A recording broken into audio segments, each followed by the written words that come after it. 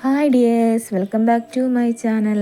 അപ്പോൾ ഇന്ന് ഞാൻ തയ്യാറാക്കാൻ പോകുന്നത് ഇഞ്ചി അച്ചാറാണ്. അപ്പോൾ അതിനായിട്ട് ഒരു 250 ഗ്രാമോളം ഇഞ്ചി ചെറുതായിട്ട് അരിഞ്ഞെടുത്തിട്ടുണ്ട്. അപ്പോൾ നമുക്കതെങ്ങനെ തയ്യാറാക്കണമെന്ന് നോക്കിയാലോ. അപ്പോൾ ആദ്യം തന്നെ ഇഞ്ചി അച്ചാറിന് വേണ്ടിയിട്ടുള്ള ഉഴുന്ന് നമുക്ക് വറുത്തെടുക്കാം. അപ്പോൾ അതിനായിട്ടൊരു 2 ടേബിൾ സ്പൂണോളം വെളിച്ചെണ്ണ ഒഴിച്ച് കൊടുത്തിട്ട് അതിലോട്ടേക്ക് 2 ടേബിൾ സ്പൂൺ തന്നെ ഉഴുന്നും നമുക്കൊരു ബ്രൗൺ കളർ ആവണ വരെ നമുക്കൊന്ന് വറുത്തെടുക്കാം.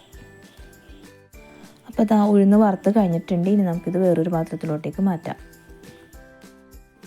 അതിനുശേഷം അതേ പാത്രത്തിൽ തന്നെ 2 വറ്റൽമുളക്, 2 പച്ചമുളക് വട്ടത്തിലെറിഞ്ഞത്, കുറച്ച് കറിവേപ്പില, ഇതും കൂടി ഒന്ന് വറുത്തെടുക്കാം.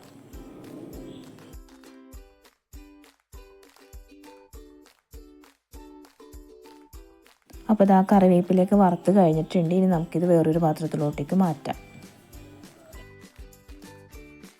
അത് കഴിഞ്ഞ് അതേ ചീഞ്ചട്ടിയിൽ തന്നെ കുറച്ചും കൂടി വെളിച്ചെണ്ണ ഒഴിച്ച് കൊടുത്തിട്ട് ഇഞ്ചി നമുക്ക് വറുത്തെടുക്കാം. അപ്പോൾ ഇഞ്ചി ഇങ്ങനെ ചെറുതായിട്ട് ഇങ്ങനെ അരിയാൻ ബുദ്ധിമുട്ടുള്ളവരാണെങ്കിൽ ഇങ്ങനെ നൈസായിട്ട് വട്ടത്തിൽ അരിഞ്ഞിട്ട് ഇങ്ങനെ വെളിച്ചെണ്ണയിൽ വറുത്തിട്ട് മിക്സിയുടെ ജാറിലിട്ട് ഒന്ന് ക്രഷ് ചെയ്തെടുത്താലും മതി. ഇങ്ങനെ ഇഞ്ചി ഇങ്ങനെ കടിക്കാൻ അച്ചാറിൽ കിട്ടണം എന്നുള്ളവരാണെങ്കിൽ ഇങ്ങനെ ചെറുതാക്കി തന്നെ എടുക്കണം. അപ്പോൾ ഇത് സിമ്മിലാക്കിയിട്ട് നമുക്കിത് ഇഞ്ചി വറുത്തെടുക്കാം കേട്ടോ. ഇഞ്ചി വെളിച്ചെണ്ണയിൽ ഇട്ട് കഴിഞ്ഞിട്ട് ഒരു 2 മിനിറ്റ് ഇങ്ങനെ തുടർച്ചയായിട്ട് ഇളക്കി കഴിഞ്ഞതിന് ശേഷം അതിലേക്ക് ആവശ്യത്തിന് ഉപ്പും 1 ടീസ്പൂണോളം മഞ്ഞൾപ്പൊടിയും കൂടി ഇട്ട് കൊടുക്കുക. ഇനി ഇതിലോട്ടേക്ക് ആവശ്യത്തിന് ഉപ്പും മഞ്ഞൾപ്പൊടിയും കൂടി ചേർത്ത് കൊടുക്കുക.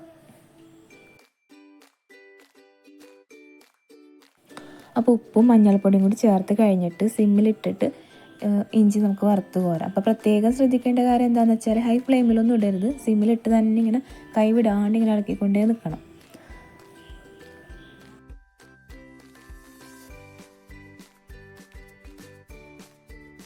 അപ്പോൾ ഇഞ്ചിയൊക്കെ വറുത്ത് കഴിഞ്ഞിട്ടുണ്ട്. ഇനി ഇതിലോട്ടേക്ക് പുളിയുടെ വെള്ളം ഒഴിച്ചു കൊടുക്കാം. അപ്പോൾ പുളി എന്ന് പറയുമ്പോൾ ഒരു വലിയൊരു നാരങ്ങയുടെ വലുപ്പത്തിലുള്ള പുളി കൊണ്ടാണ് എടുത്തത്. അത് 1 ഗ്ലാസ് വെള്ളത്തിൽ അരിച്ചിട്ടാണ് കേട്ടോ ചേർത്തേക്കുന്നത്. അപ്പോൾ പുളിവെള്ളം ചേർത്ത് കഴിഞ്ഞിട്ട് ഹൈ ഫ്ലെയിമിലാക്കിയിട്ട് അതിലോട്ടേക്ക് 2 ശർക്കരയുടെ കട്ട ചേർത്ത് കൊടുക്കാം. അപ്പം മധുരത്തിന് ആവശ്യമായിട്ടുള്ളതെന്ന് ആട്ടോ ചേർത്ത് കൊടുക്കുന്നത്. അപ്പോൾ ഒരുപാട് മധുരം ആവശ്യമുള്ളവരാണെങ്കിൽ ഒരു കട്ടയും കൂടി ചേർത്ത് കൊടുക്കും. അതിന് ശേഷം അതിലോട്ടേക്ക് പൊടിയും കൂടി ചേർത്ത് കൊടുക്കാം. അതിന് ശേഷം നേരത്തെ വറുത്ത് വെച്ച ഉഴുന്നും കറിവേപ്പിലയും മുളകൊക്കെ ചേർത്ത് കൊടുക്കുക. എന്നിട്ടൊന്ന് ഹൈ ഫ്ലെയിമിൽ വെച്ച് തന്നെ നമുക്കിതൊന്ന് കുറുക്കിയെടുക്കാം.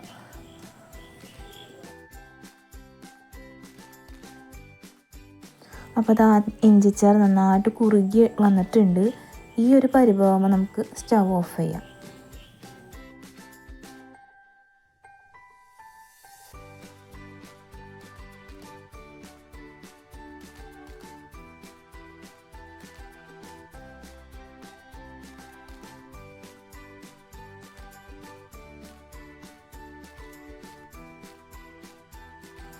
സ്റ്റവ് ഓഫ് ചെയ്ത് ചൂടാറി കഴിഞ്ഞതിന് ശേഷം ഇതിന് മുകളിലോട്ടേക്ക് കുറച്ച് കായപ്പൊടിയും കൂടി ചേർത്ത് കൊടുത്തിട്ട് ഒന്ന് ഇളക്കി കൊടുക്കാം.